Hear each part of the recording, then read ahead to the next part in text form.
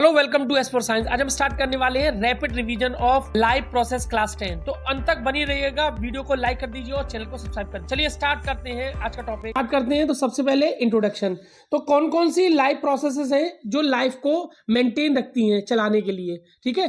तो उनमें है सबसे पहला न्यूट्रिशन, जिसको हम डाइजेशन भी बोलते हैं, रेस्पिरेशन, ट्रांसपोर्टेशन एंड एक्सक्रीशन। इन चारों लाइफ प्रोसेसेस को हमें इस पूरे चैप्टर में पढ़ना है। तो सबसे पहले स्टार्ट करते हैं न्यूट्रिशन।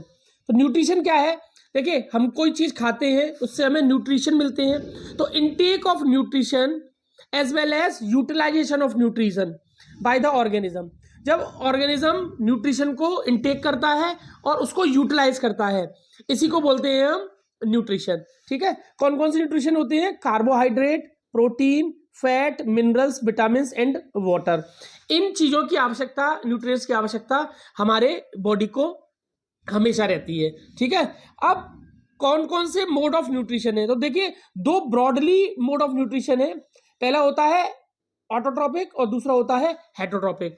ऑटोट्रॉपिक में जो भी प्लांट्स या बैक्टीरिया होते हैं वो अपना जो फूड है वो खुद सिंथेसाइज करते हैं by the help of inorganic substance, carbon dioxide and water. ये याद जरूर रखिएगा कि कौन कौन से इनऑर्गेनिक सब्सटेंसेस हैं जिनको यूज करते हैं ऑटोट्रॉपिक अपना फूड इनटेक करने के लिए या बनाने के लिए, सिंथेसाइज करने के लिए, ठीक है। तो वो है कार्बोहाइड्रेट एंड वाटर। एग्जाम्पल के तौर पर green plants and bacteria are the example of autotrophic nutrition. अब बात करते हैं हेटरोट्रॉपिक की। तो देखिए, हेटरोट्रॉपिक न्यूट्रिशन ऐसे मोड ऑफ न्यूट्रिशन होते हैं जो अपना खाना स्वयं तो सिंथेसाइज नहीं करते, लेकिन दूसरे प्लांट या एनिमल पे वो डिपेंड रहते हैं, ठीक है। Organism that can't synthesize its food and simple organism and obtain their food from other organism, ठीक है, जैसे एनिमल या फंगाई, ठीक है। चलिए आगे चलते हैं। तो इन दोनों में डिफरेंस मैंने आपको बता ही दिया है कि ये अपना फूड खुद सिंथेसाइज करते हैं, ये अपना फूड सिंथेसाइज नहीं करते हैं, ठीक है। चलिए अब बात करते हैं nutrition in plants. The process by which green plants take inorganic substances like carbon dioxide, water and convert them into the food. देखिए, इसमें जो प्लांट्स हैं वो क्या करते हैं, यहाँ आप पिक्चर में भी देख सकते हैं। यहाँ पे प्लांट्स सनलाइट की हेल्प से और क्लोरोफिल तो होता ही है लीव्स के पास में, ठीक है, उसकी हेल्प से इनऑर्गेनिक सब्सटेंसेस की मदद से कार्बन डाइऑक्साइड यानी CO2 और वाटर की हेल्प से ये अपना फूड खुद सिंथेसाइज करते हैं, इसलिए इनको ऑटोट्रॉपिक बोला जाता है, ठीक है। और इस प्रोसेस को हम बोलते हैं फोटोसिंथेसिस। ये फोटोसिंथेसिस का बड़ा ही इंपॉर्टेंट एक रिएक्शन है, इसको भी देख लेते हैं। देखिए, कार्बन डाइऑक्साइड चाहिए और वाटर चाहिए, 6CO2 + 12H2, इसको याद भी रख सकते हैं आप। क्लोरोफिल और सनलाइट की मदद से 6C6H12O6 ग्लूकोज प्लस क्या रिलीज करते हैं ये, ऑक्सीजन एंड वाटर, ठीक है। अब कंडीशंस क्या क्या होती हैं फोटोसिंथेसिस की, तो मैंने बता ही चुका हूं मैं आपको। एक तो सनलाइट, ठीक है, chlorophyll, carbon dioxide and water are the conditions for photosynthesis, ठीक है। स्टेप्स कौन कौन से इन्वॉल्व होते हैं, तो स्टेप्स भी बता दूं मैं आपको। स्टेप्स कौन कौन से इन्वॉल्व होते हैं? सबसे पहले होता है absorption of light energy by chlorophyll. Chlorophyll सबसे पहले लीव्स क्या करती हैं, सनलाइट को क्या करती है, सबसे पहले एब्जॉर्ब करने का काम करती हैं। अब सनलाइट एब्जॉर्ब हो गई, अब ये लाइट को किसमें कन्वर्ट कर लेती हैं, लाइट एनर्जी को केमिकल एनर्जी में। ये लाइट एनर्जी जो इनके पास आ रही है सन से, इसको ये केमिकल एनर्जी में कन्वर्ट कर लेती हैं and splitting the water molecule in the hydrogen and oxygen. और इसकी हेल्प से वाटर को दो भागों में तोड़ लेती हैं, हाइड्रोजन और ऑक्सीजन में, ठीक है। अब होता है कार्बन डाइऑक्साइड का रिडक्शन। कार्बन डाइऑक्साइड का रिडक्शन इसलिए जरूरी है क्योंकि हमें चाहिए C6H12O6, ठीक है। हमारे पास है CO2, इसमें अगर मैं हाइड्रोजन और ऐड कर दूं तो हमें मिल जाएगा C6H12O6, ठीक है। इंपॉर्टेंट है, आप इनको ध्यान रखिएगा। नेक्स्ट चलते हैं। Where do plants get each of the raw material required for photosynthesis. तो कौन कौन से रॉ मटेरियल है? तो सबसे पहले कार्बन डाइऑक्साइड और वाटर, ये इनऑर्गेनिक है, ठीक है। ये कहाँ से मिलता है? आप देखिए, कार्बन डाइऑक्साइड तो स्टोमेटा के थ्रू आउटर एटमॉस्फेयर से मिल जाती है। वाटर भी रिक्वायर्ड होता है फोटोसिंथेसिस के लिए, और यहाँ ये रूट जो है वो एब्जॉर्ब करके प्लांट को दे देती है, ठीक। चलिए अब बात करते हैं स्टोमेटा की। तो ये देखिए स्टोमेटा का डायग्राम है, यहाँ आप इसको देख भी सकते हैं। यह क्या क्या चीज़ है, एक तो गार्ड सेल्स है, स्टोमेटल पोर्स है और यहाँ क्लोरोप्लास्ट है। ठीक है, सबसे पहले tiny pores present in the surface of leaves are called stomata, responsible for gaseous exchange, very important. जितना भी गैसियस एक्सचेंज होता है वो सब किसके थ्रू होता है, स्टोमेटा के through. Surrounding by pairs of guard cells, जी मैं बताइए गार्ड सेल्स सराउंड रहते हैं। देखिए जब वाटर फ्लोज करता है इन द गार्ड सेल्स तो स्टोमेटा भारी होने के बाद ऊपर हो जाता है। ये देखिए गार्ड सेल्स जब पानी भर जाएगा इनमें तो ये ऊपर हो जाएगा। ठीक है, और जैसे ही पानी का फ्लो उसमें रुकेगा और ये हल्के हो जाएंगे तो फिर ये स्टोमेटा क्लोज हो जाएगा। ऐसे स्टोमेटा की क्लोजिंग और ओपनिंग होती है जिससे गैसियस एक्सचेंज होता रहता है। ठीक है, चलिए न्यूट्रिशन इन एनिमल्स, एनिमल्स में कौन कौन से मोड ऑफ न्यूट्रिशन होते हैं।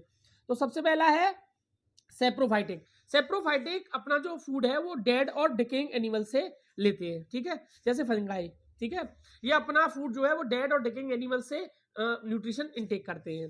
पैरासाइट क्या करते हैं, पैरासाइट जो भी होते हैं वो लेते तो दूसरे ऑर्गेनिज्म से ही है लेकिन विदाउट किलिंग देम, जैसे लीस, ठीक है, टिक्स, ये सब होती हैं। जू जो होती है हमारे सर से वो क्या करती है, इनटेक करती है फूड को लेकिन विदाउट किलिंग द ह्यूमंस।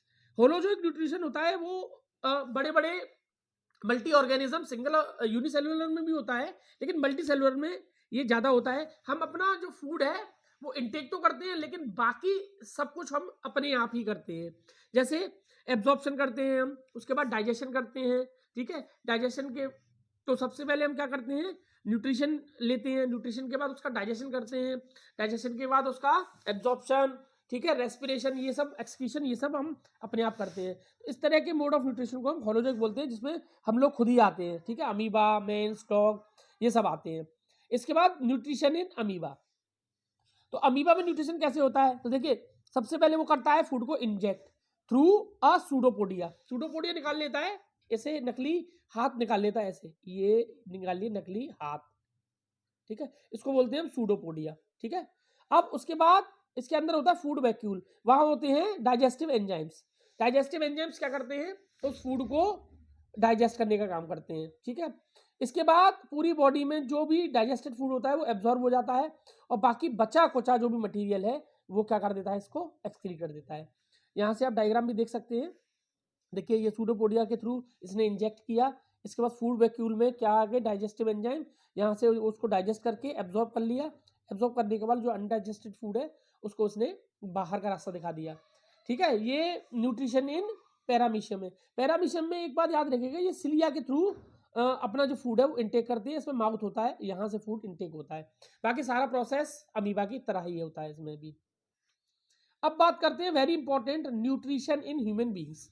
तो सबसे पहले माउथ, तो माउथ से क्या करते हैं, फूड को इनटेक करते हैं। एक चीज और माउथ के अंदर होती है सबसे इंपॉर्टेंट बात, स्टार्च को हम लोग कन्वर्ट कर लेते हैं शुगर में या माल्टोज में। इसके अंदर एक एंजाइम होता है, लार के अंदर जो सलाइवा होती है उसके अंदर एक एंजाइम होता है, इसको बोलते हैं सलाइवरी एमाइलेज।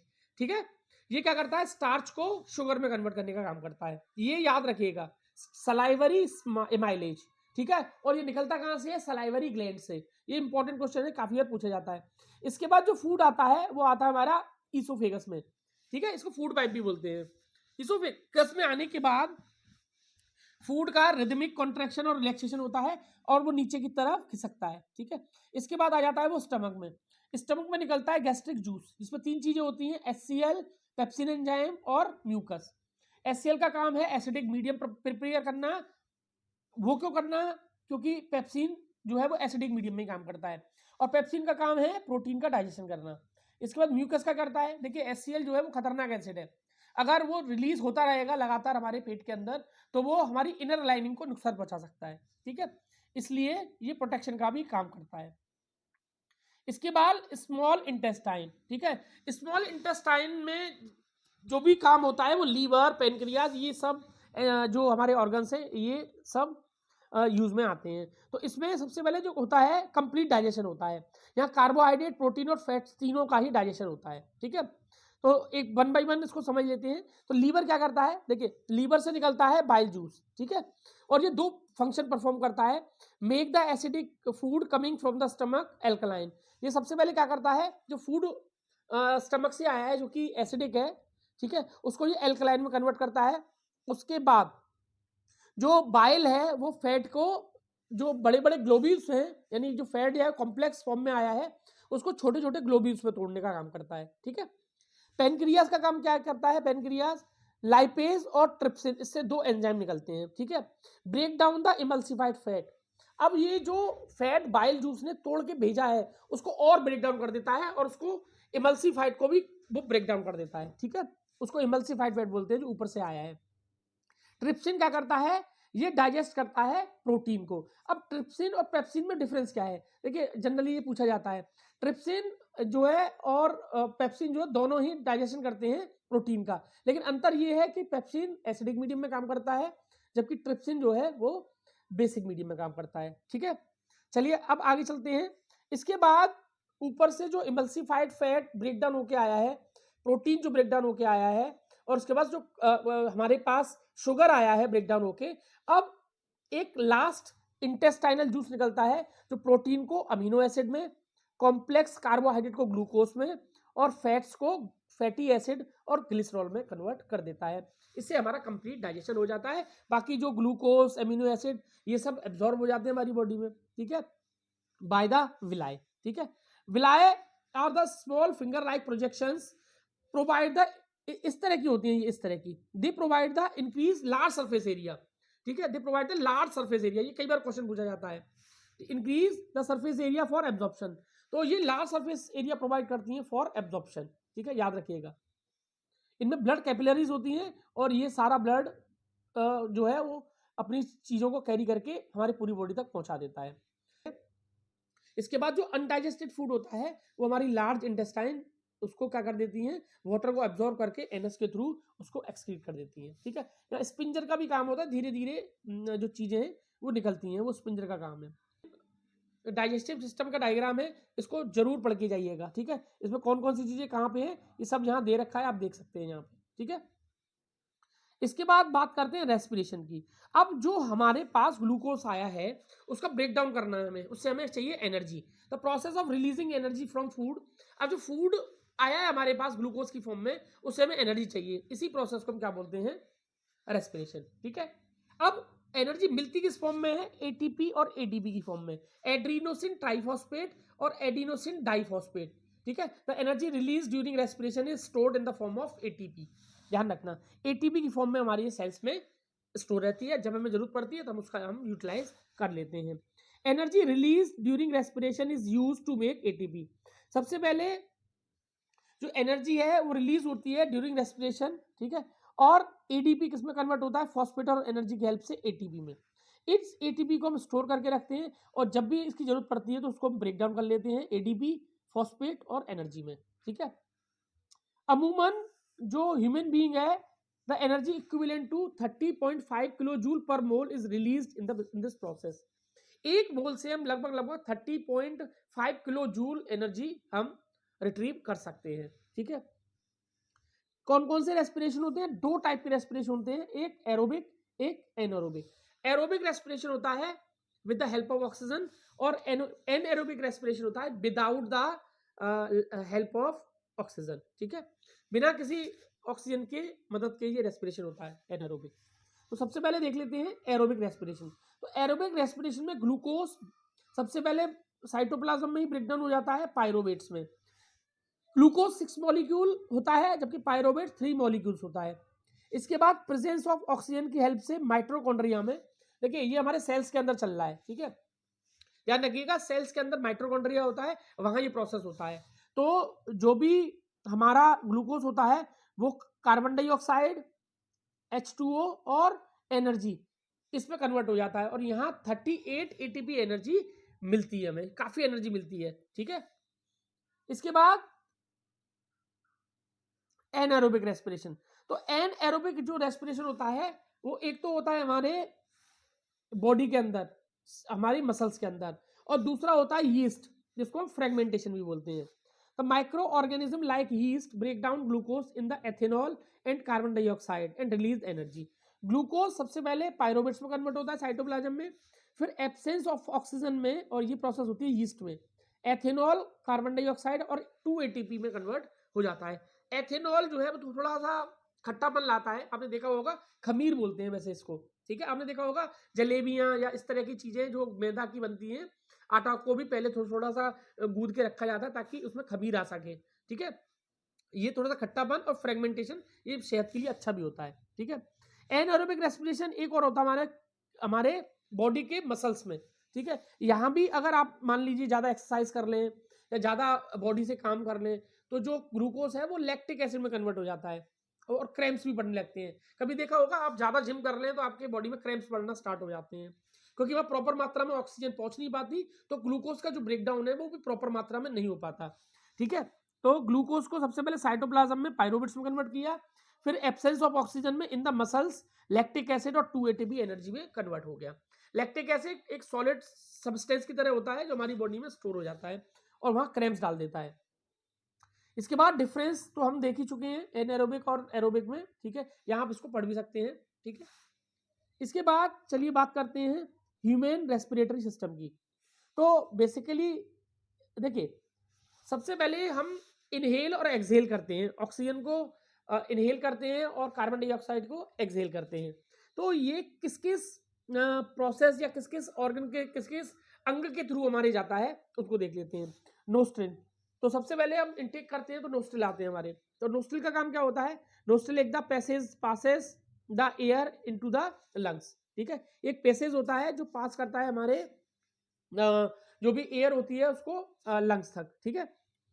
इसमें एक बात याद रखिएगा, इसमें छोटे छोटे हेयर लाइक स्ट्रक्चर्स होते हैं या हेयर्स ही बोल दीजिए, हेयर होते हैं जो डस्ट को रोकने का काम करते हैं। इसके बाद हमारी बॉडी के अंदर होता है गले के आसपास होता है थ्रोट में फेरिक्स, ठीक है। ये basically the part of throat between the mouth and wind pipe called pharynx. ये माउथ और विंड पाइप के बीच में होता है जिसको क्या बोलते हैं? Pharynx. For nostril air enters into the pharynx and then goes into the रीचर द विंड पाइप। सबसे पहले ये जो एयर होती है नोस्ट्रिल से कहाँ जाती है? फेरिक्स में जाती है, फिर ये विंड पाइप में जाती है, ठीक है। इसके बाद लैरिक्स, लैरिक्स हमारा वॉइस बॉक्स है, जैसे मैं बोल रहा हूँ तो ये जो आवाज है मेरी वॉइस बॉक्स से आ रही है। इसके बाद ट्रैकिया, ट्रैकिया मतलब नीचे, ये जो लंग्स के जस्ट ऊपर होता है जो 2 भागों में विभाजित होता है, इसको हम ब्रोंकाई बोलते हैं। इससे ऊपर का जो हिस्सा है यहाँ अगर आप टच करके देखेंगे तो यहाँ आपको एक रिंग लाइक स्ट्रक्चर दिखाई देगा, ठीक है। इसको हम ट्रैकिया बोलते हैं, ठीक है। Commonly known as wind pipe, इसको विंड पाइप भी बोलते हैं। ब्रोंकाई मतलब ये जो आपका ट्रैकिया है 2 भागों में विभाजित हो जाता है, इसको हम ये वाला हिस्सा, इसको हम ब्रोंकाई बोलते हैं। इसके बाद आते हैं लंग्स, ये लंग्स है हमारे, ठीक है। ये लंग्स है हमारे, ठीक है। लंग्स 2 होते हैं, लेफ्ट और राइट, ठीक है। और ये रिब केज के अंदर, बोन्स के अंदर रहते हैं, ठीक है। इसके बाद ब्रोंक्यूल्स, तो ब्रोंकाई बहुत छोटे छोटे भागों में टूट जाती है, उसको हम बोलते हैं ब्रोंक्यूल्स, ठीक है। और ब्रोंक्यूल्स के लास्ट एंड पे होती है एल्वोली, जहां गैसियस एक्सचेंज होता है, ठीक है। कार्बन डाइऑक्साइड हमें मिलती है वहां से रेस्पिरेशन के बाद, और ऑक्सीजन जो है वो ब्लड में सर्कुलेट होती है थ्रू हीमोग्लोबिन, ठीक है। ये भी याद रखिएगा, ठीक है। यहाँ से आप डायग्राम भी देख सकते हैं कैसे कैसे ये डायग्राम है, देखिए। नेसल पैसेज के थ्रू गया, फिर फेरिक्स में गया, लैरिक्स, वॉइस बॉक्स, ये ट्रैकिया है, ठीक है। ट्रैकिया के बाद ये 2 भागों में विभाजित हो जाता है, इसका बहुत सारे ब्रांचेस निकलती हैं, इनको ब्रोंक्यूल्स बोलते हैं। इसके बाद लास्ट में ये बलून लाइक स्ट्रक्चर होता है जिसको हम क्या बोलते हैं? एल्वुलर, जिसके थ्रू क्या होता है? गैसियस एक्सचेंज होता है, ठीक है। चलिए अब स्टार्ट करते हैं। अब ब्रीदिंग कैसे होती है? तो सबसे पहले हम क्या करते हैं? इनहेल करते हैं। इनहेल करने के बाद जो ऑक्सीजन है वो हमारे कहाँ पहुंचती है? चेस्ट में पहुंचती है, ठीक है। चेस्ट में जो ऑक्सीजन है वो ब्लड को दे दी जाती है। अब ब्लड को देने के बाद जो ऑक्सीजन है वो पूरी बॉडी में सर्कुलेट हो जाती है थ्रू हीमोग्लोबिन। वहां जो सेल्स में रेस्पिरेशन हो रहा है और सेल्स में निकलती है CO2, ठीक है। CO2 निकलने के बाद जो CO2 है वो फिर एल्वोलर जो हमारी एल्वोली होती है लंग्स में, उसको वापस दे दी जाती है थ्रू प्लाज्मा, ठीक है। प्लाज्मा कैरी करता है CO2 को। इस तरह से इनहेलेशन और ब्रीदिंग या जो भी आपका प्रोसेस है ब्रीदिंग का वो चलता रहता है, ठीक है। इनहेल करते हैं फिर हम उसको एक्सहेल कर देते हैं, क्लियर। इसके बाद रेस्पिरेशन इन प्लांट्स, प्लांट्स में खास रेस्पिरेशन का उतना नहीं है, ठीक है। Respiration in leaf through stomata होता है, ठीक है। रेस्पिरेशन इन ग्रीन स्टेम ये भी थ्रू स्टोमेटा होता है, और रेस्पिरेशन इन वुडी स्टेम होता है थ्रू लेंटिसेल्स, ठीक है। स्टेम्स में लेंटिसेल्स होते हैं, उनके थ्रू भी रेस्पिरेशन होता है, ठीक है। यहाँ से आप देख सकते हैं दिन में जो है वो रेस्पिरेशन से, फोटोसिंथेसिस से कार्बन डाइऑक्साइड इनटेक करते हैं, लेकिन रेस्पिरेशन में ये कार्बन डाइऑक्साइड को क्या करते हैं, निकालते हैं, ठीक है। यहाँ देखिए, ठीक है, फोटोसिंथेसिस में लेते हैं, इनटेक करते हैं कार्बन डाइऑक्साइड को। इंपॉर्टेंट है। ह्यूमन सर्कुलेटरी सिस्टम, ब्लड के 4 पार्ट होते हैं, plasma, red blood cells, white blood cells and platelets. Plasma का काम है, ठीक है, प्लाज्मा क्या करता है, एक फ्लूइड मीडियम होता है जो ट्रांसपोर्ट करता है फूड, कार्बन डाइऑक्साइड और नाइट्रोजेनियस वेस्ट को, ठीक है। रेड ब्लड सेल्स में हीमोग्लोबिन होता है जो ऑक्सीजन को कैरी करता है। व्हाइट ब्लड सेल्स हमें डिसीज से प्रोटेक्ट करता है। प्लेटलेट्स क्लॉटिंग का काम करती हैं ब्लड में, ठीक है। इसके बाद कुछ इंपॉर्टेंट बातें हैं जो आपको समझनी पड़ेंगी सर्कुलेटरी सिस्टम में। आर्टरीज क्या होती है, वेन्स और कैपिलरीज। आर्टरीज का काम क्या होता है, carry blood from heart to all parts, ठीक है।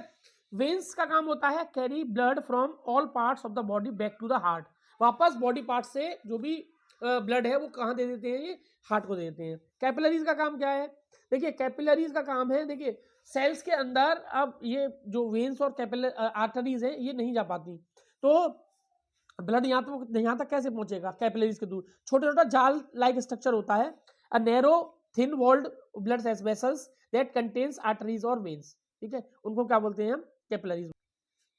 देखिए सेल्स तक हमें ब्लड पहुंचाना है, तो सेल्स तक ब्लड पहुंचेगा कैसे, कैपिलरीज के थ्रू, छोटे छोटे पाइप्स के थ्रू, ठीक है। चलिए ह्यूमन हार्ट, तो ह्यूमन हार्ट में 4 चैम्बर होते हैं। ब्लड सर्कुलेशन बॉडी में कैसे होता है, आइए इस डायग्राम से समझ लेते हैं, ठीक है। तो पल्मोनरी वेन्स के थ्रू जो भी ब्लड है वो आता है लेफ्ट एट्रियम में, ध्यान रखिएगा लेफ्ट में आता है, लेफ्ट में याद रखिएगा तो ध्यान रहेगा, ठीक है।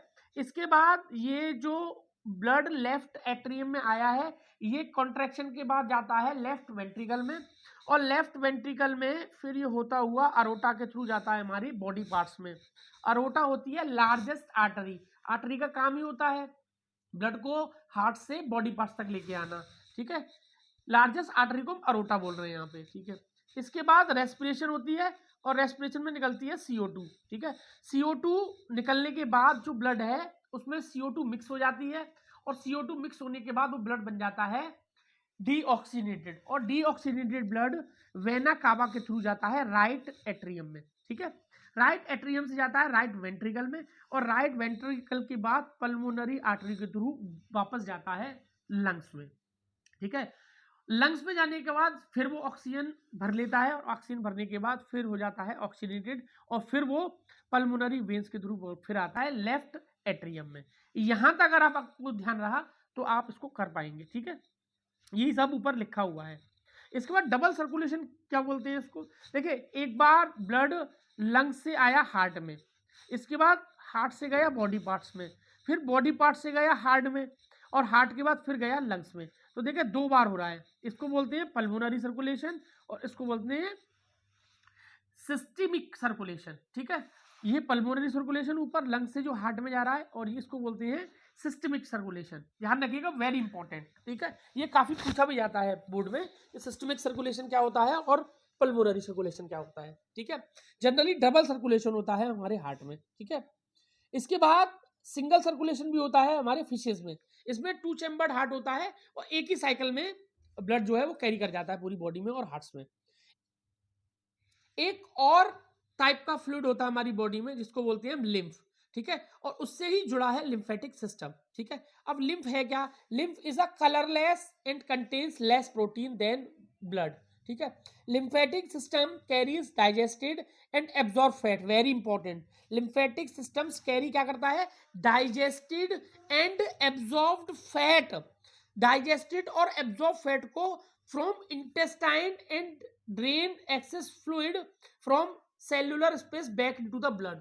एक तो ये डाइजेस्टेड और एब्जॉर्ब फैट को इंटेस्टाइन से लेता है, ठीक है, और उसको कैरी करता है।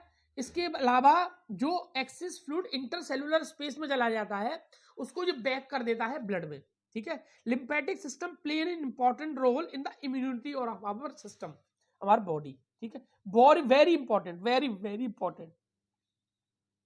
ट्रांसपोर्टेशन इन प्लांट्स, ठीक है। तो 2 टिश्यू होते हैं, एक जाइलम, ठीक है, और एक फ्लोएम। जाइलम कैरी करता है हमारा वाटर एंड मिनरल्स को, और फ्लोएम कैरी करता है फूड। चलिए देख लेते हैं सबसे पहले वाटर और मिनरल कैसे ट्रांसपोर्ट होते हैं।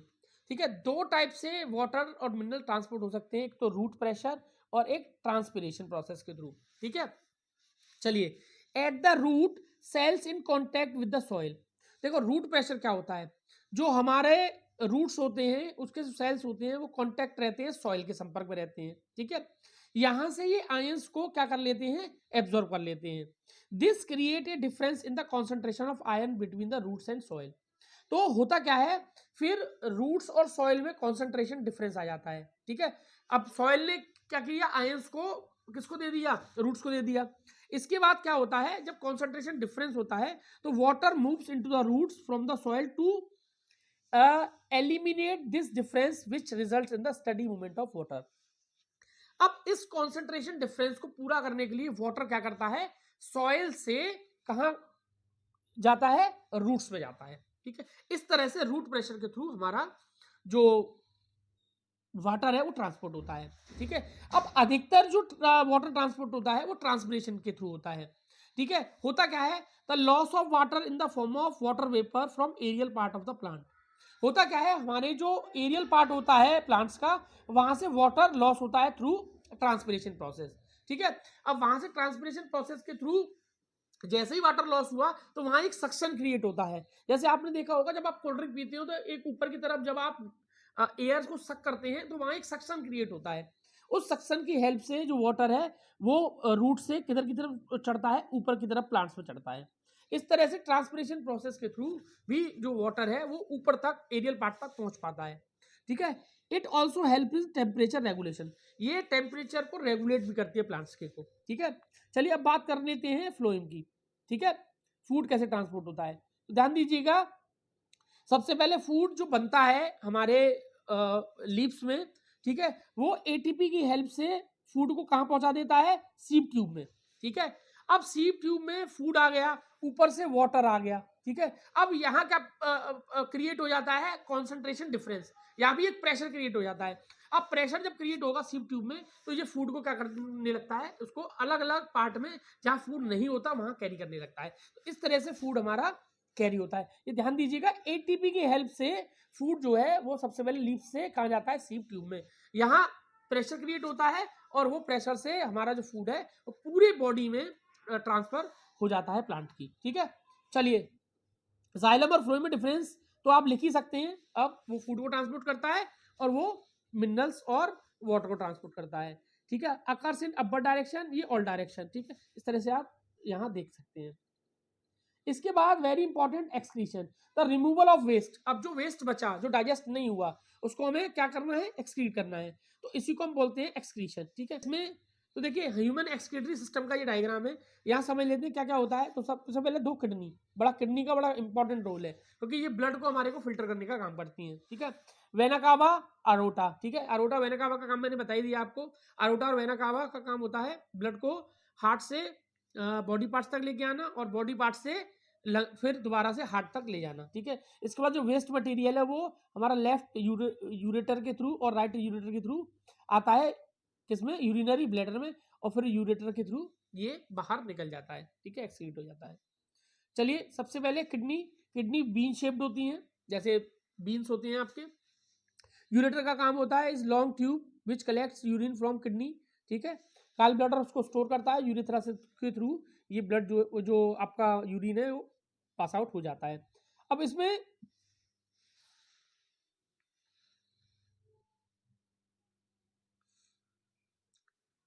अब ह्यूमन एक्सक्रीटरी सिस्टम में एक यूनिट होती है, इसको नेफ्रॉन बोलते हैं, सारा काम फिल्ट्रेशन का यही करती है। ठीक है, तो neurons is a filtration unit of kidney. ये बड़ा ही इंपॉर्टेंट क्वेश्चन है जो बनता है कि what is the filtration unit of kidney, तो आपको लिखना है नेफ्रॉन। ठीक है, nephron has a cup shape structure at a upper end called Bowman's capsule. यहाँ एक कप का लाइक स्ट्रक्चर होता है, इसको हम बोलते हैं वॉमन्स कैप्सूल।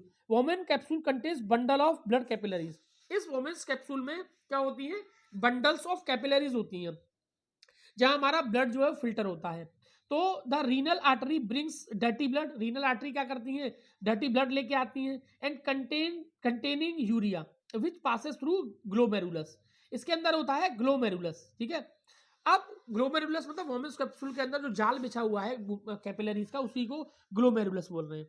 अब जो आर्टरी, रीनल आर्टरी ब्लड लेके आई है, जो कंटेमिनेटेड ब्लड है, उसको जो ग्लोमेरुलस क्या करता है, फिल्टर कर देता है, ठीक है। और फिल्टर में क्या क्या चीज बाहर कर देता है, ये देख लेते हैं। सबसे पहले करता है urea, uric acid, extra glucose, amino acid, salts, water, ये सब फिल्टर हो जाते हैं। इसके बाद ये जो ट्यूबुलर पार्ट होता है, इसमें होता है रीएब्जॉर्प्शन। अब देखिए हर चीज तो फिल्टर आउट होके बाहर नहीं निकलनी चाहिए, जैसे अमीनो एसिड है, वाटर है, ये सब रीअब्जॉर्ब होते हैं। रीअब्जॉर्प्शन के बाद जो कलेक्टिंग डक्ट है, यहाँ देखिए ये कलेक्टिंग डक्ट, ये कलेक्टिंग डक्ट है, इस कलेक्टिंग डक्ट के थ्रू जो हमारा बाकी का यूरिया, यूरिक एसिड और जो भी खतरनाक सॉल्ट्स हैं हमारी बॉडी से, वो बाहर यूरेटर में जाके निकल जाते हैं, ठीक है। इस तरह से ये एक्सक्रीशन होता है। Name the nitrogenous waste that is removed from the blood, उसको बोलते हैं हम urea. Very very very important question, ठीक है। प्लांट में खास एक्सक्रीशन नहीं होता है, तो गैसियस वेस्ट निकलता है वो थ्रू स्टोमेटा और लेंटिसेल्स। सॉलिड वेस्ट निकलता है थ्रू शेडिंग ऑफ लीव्स, जब पत्ते झड़ जाते हैं, in the form of gums and resin और in the surrounding of soil.